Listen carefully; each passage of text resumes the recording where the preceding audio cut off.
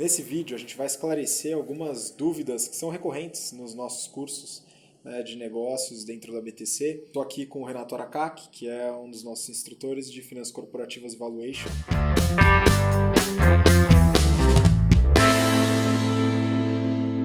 Uma dúvida que é muito comum, né, algo que é extremamente importante. O que é ROIC? O ROIC, ele é um dos índices que você utiliza, que o mercado utiliza para analisar uma empresa e entender se ela está sendo bem gerida e se ela é um bom ativo para ser investido. Então a gente tem o lucro líquido, tem o EBITDA, tem vários índices, o ROIC é um deles. Ele é a relação entre o quanto que uma empresa consegue gerar de lucro operacional em cima do capital operacional que ela tem. Quanto maior o lucro operacional que você conseguir gerar, e menos capital operacional você tiver, melhor. Você tem mais rentabilidade em cima do capital da empresa. O capital operacional da empresa ele é dividido em dois componentes, né? O capital de giro e o imobilizado que ela tem. Então, para a gente explicar um pouco melhor o ROIC, eu vou pegar um exemplo do dia a dia nosso. Imagine que a gente tenha dois indivíduos. Os dois acabaram de ser demitidos de uma empresa e ambos têm R$100 mil guardados como reserva. O mercado de trabalho está muito difícil, eles decidiram empreender, fazer alguma coisa para, né, ganhar um dinheiro no mês. E aí ambos, né, decidiram fazer Uber. O funcionário A ele vai comprar um carro com a reserva que ele tem e o funcionário B ele vai pegar só um pedacinho dessa reserva que ele tem e vai alugar um carro para fazer Uber. Imagina que no final do ano ambos consigam tirar como lucro para eles R$100 mil. Operacionalmente, os dois geraram o mesmo lucro, R$100 mil. Só que o primeiro funcionário ele teve que imobilizar R$100 mil de reservas que ele tinha, sendo que o segundo ele trabalhou o dinheiro de uma forma melhor. Então o ROIC daquele que aluga geralmente é maior do que o que compra o carro, que imobiliza. Uma empresa, quando ela vai fazer, imagina que ela vai vender um bem, né? Ela pode fabricar o bem ou ela pode comprar de um fornecedor o bem pronto e ele revende.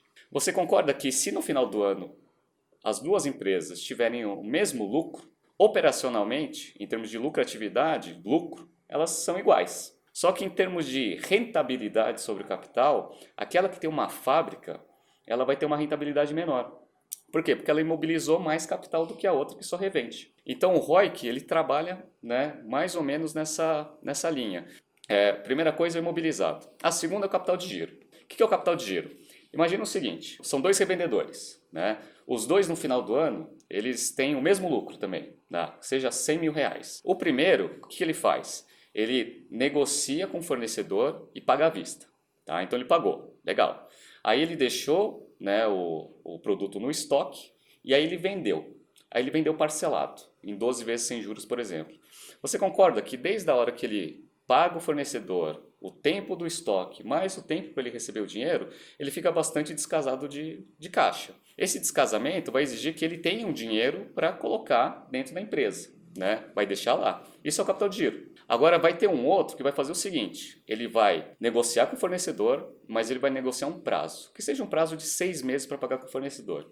Aí ele fica estocado um mês e ele vende à vista. Você concorda que até o tempo de ele receber o dinheiro e pagar o fornecedor, ele vai estar com o capital de giro menor do que o primeiro. Ele vai precisar empregar menos capital para girar a sua operação. Quem tem menos capital de giro, dando o mesmo lucro, trabalha melhor o capital, ou seja, ele dá mais ROIC. Tem e-commerce, né, que gosta de trabalhar aqui no Brasil com parcelamentos grandes. Isso causa um descasamento de caixa. Então o capital de giro ele aumenta. Agora tem empresa que trabalha com menos parcelamento. Então, o que ela faz? Ela recebe o dinheiro antes, né? Para quê? Para conseguir trabalhar esse dinheiro, pagar os fornecedores e se sobrar alguma coisa, ele, né, consegue deixar isso no caixa. Quem tem ROIC mais alto, no longo prazo, tende a ter mais dinheiro sobrando. Qual que é a análise que o investidor tem dessa empresa?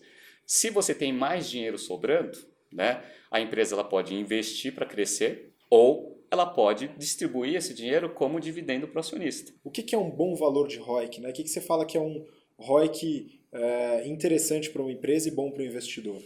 Dependendo de cada empresa que você analisa, de cada setor, tem um ROIC médio ali das empresas, né? Então é difícil você falar o que é um ROIC bom e o que é um ROIC ruim, né? O que a gente tem como regra em mercado é o seguinte: o ROIC ele mostra a rentabilidade sobre o capital operacional da empresa. O capital operacional da empresa ele geralmente é composto por capital de terceiros e capital próprio. Cada um tem um custo. Você só vai injetar dinheiro numa empresa porque você tem a expectativa que lá na frente ele te dê mais do que aquele dinheiro que você está investindo ou que você tem como opção de mercado. Então, vamos pegar um exemplo. Imagina que eu vá investir num título público, né? Se eu tomar a decisão de não investir no título público e investir na empresa, obviamente eu estou com a expectativa que esse investimento me dê um retorno maior do que no título público, né, por causa do risco. O ROIC ele tem que ser necessariamente maior do que o custo médio ponderado de capital da empresa, né?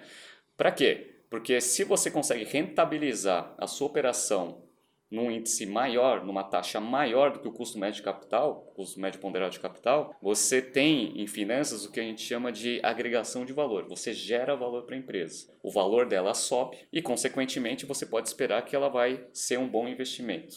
Existe alguma situação em que maximizar o ROIC não seja a melhor opção para a empresa?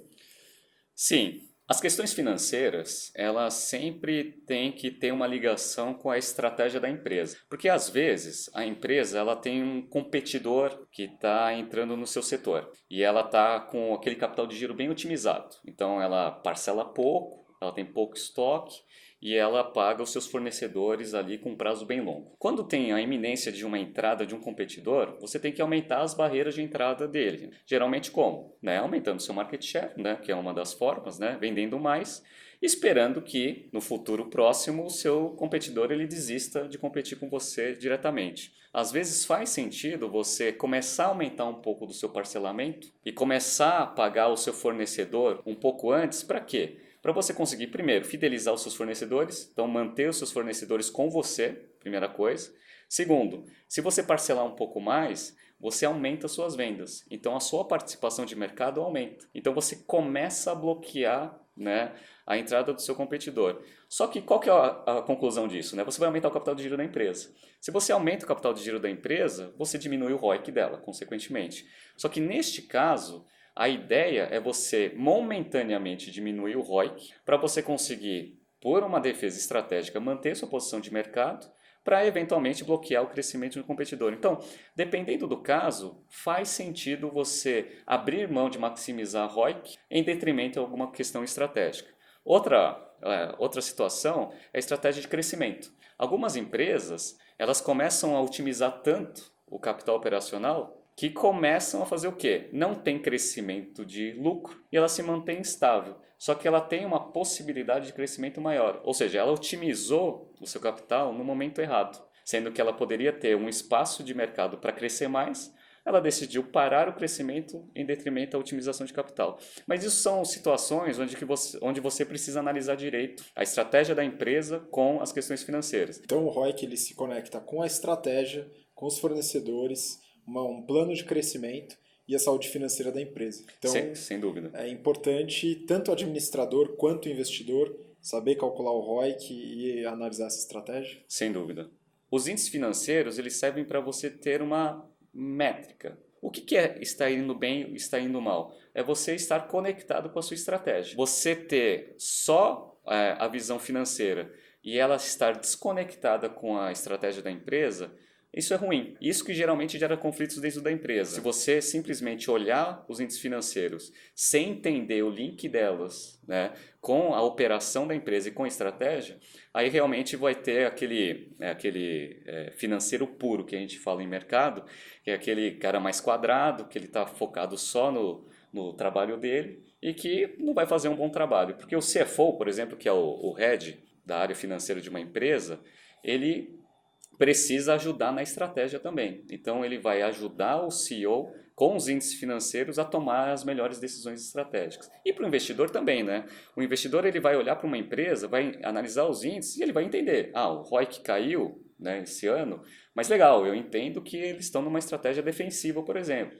Então ele acha que, pô, apesar da rentabilidade sobre o capital estar menor hoje, né, pô, faz sentido estrategicamente, é um bom investimento. Os gestores lá da empresa eles estão fazendo um bom trabalho. E aí você vai lá e faz o investimento. Ótimo, Renato. Muito obrigado. Eu espero que tenha ajudado tanto os nossos alunos como as outras pessoas que têm interesse em saber mais sobre ROIC, o que que é, como calcular o ROIC e como ele se relaciona com a estratégia da empresa.